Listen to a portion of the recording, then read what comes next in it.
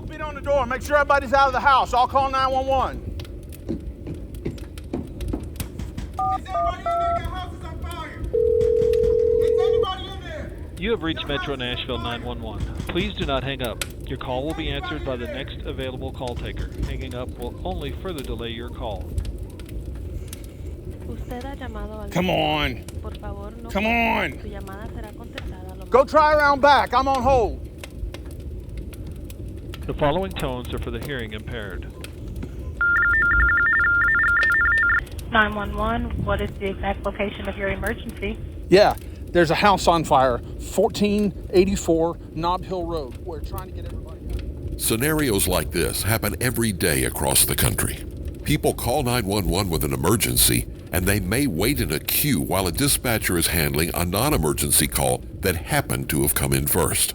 With nationwide staffing shortages, what's needed is a better way to handle the non-emergent calls, freeing up the dispatchers to concentrate on responding to the true emergencies. This is just one of the areas in which Nashville plans to improve the efficiency and effectiveness of its emergency response system. Callers will have the option to avoid waiting to speak with a human dispatcher by interacting with our AI voice bot to report low-priority non-emergencies. The voice bot will ask each caller specific questions in order to obtain details used to populate an incident form. Once complete, that form will be shared with the dispatcher, who will read it and send the appropriate response. If at any point the AI determines the caller is experiencing or trying to report an in-progress or life-threatening emergency, the caller will be connected to the next available human dispatcher. In Phase 1, we've collected novel survey data and invested in building strong working partnerships with community leaders in Nashville to understand relationships that exist between Nashville's diverse communities and the city's non-emergency response system. We plan on using this information to develop a community-in-the-loop approach to identifying and automating inefficient aspects of Nashville's non-emergency response system. The novelty of this approach is that by directly incorporating community input into the design and implementation of the response system, we'll be better able to ensure that it performs in ways that closely align with the needs of the communities it was designed to serve. Another improvement we want to make is to automate the recording of our fire and medic units en route and on scene times. Now, the way this is currently handled is that one of the crew members pushes a button on a screen to indicate that they're either on their way to an incident or that they've arrived. But it's far too easy to miss and hit the wrong button, or to miss it altogether because they're concentrating more on that house with fire pouring out of the windows.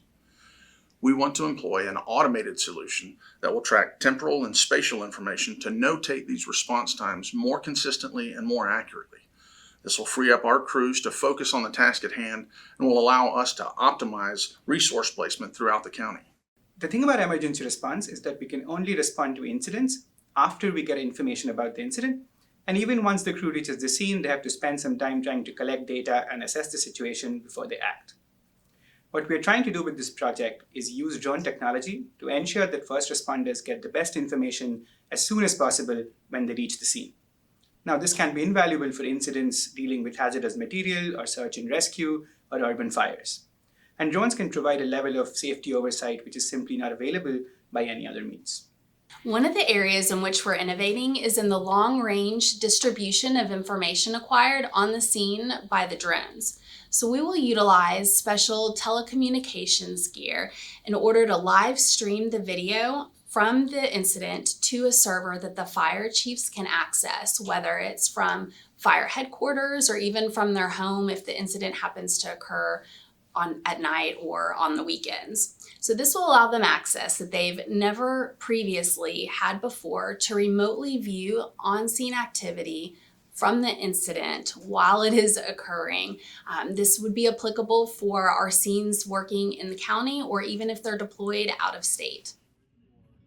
Through the innovative use of these state-of-the-art AI technologies, dispatchers can be reserved for answering the most urgent 911 calls, minimizing hold times for those in distress. Future fire station and vehicle locations can be better optimized to ensure the most efficient response possible. And emergency response crews can obtain essential information faster and more safely than ever before.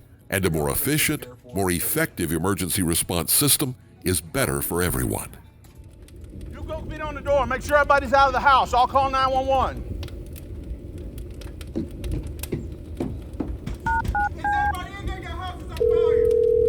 Metro Nashville 911, what is the location of your emergency?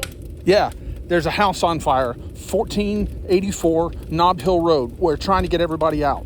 Help is on the way, sir. We have an engine 2 minutes from your location.